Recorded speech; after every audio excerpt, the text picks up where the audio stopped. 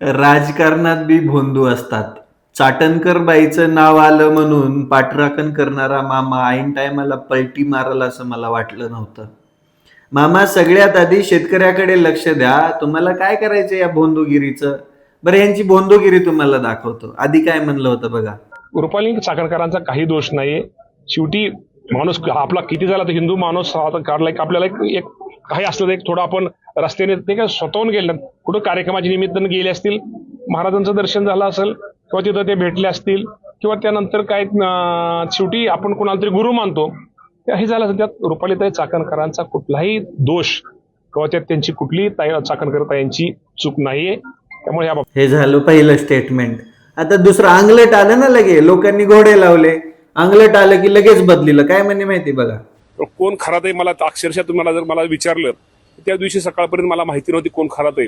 पण नंतर तो कळला की खूप मोठा तो भोंदू बाबा आहे. त्यांनी खूप काही गोष्टी ज्या व्हिडिओ समोर येत आहेत त्यांनी खरंच अशा लोकांना आता काय त्यांना शिक्षा तर म्हणजे मला वाटतं वेगळ्या प्रकारे कशी ह्यांना कसं म्हणजे ह्या लोकांना कसं ठोकून काढलं पाहिजे. मी 100त एखादी गोष्ट खरी होती आणि तीच वाजवली जास्त जाती आणि हाच हे लोक काय लोक इथं आपले प्रचार प्रसार करायला लोक हे करतात.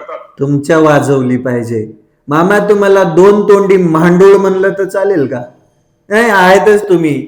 महाराष्ट्रातला शेतकरी मागच्या 8 दिवस झालं अवकाळी पावसाने हवालदिल झालाय. पुढच्या 2 दिवसात पण अवकाळी पाऊस यायचा चान्स आहे.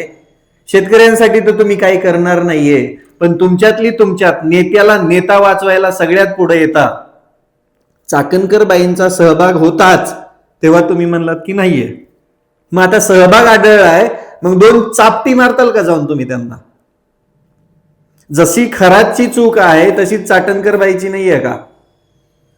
काय मामा, ढोंगी येतो तुम्ही पण. ढोंगी दोन्ही तोंडाने बोलतात, खातात बी आणि आता काय बोलावं पुढे.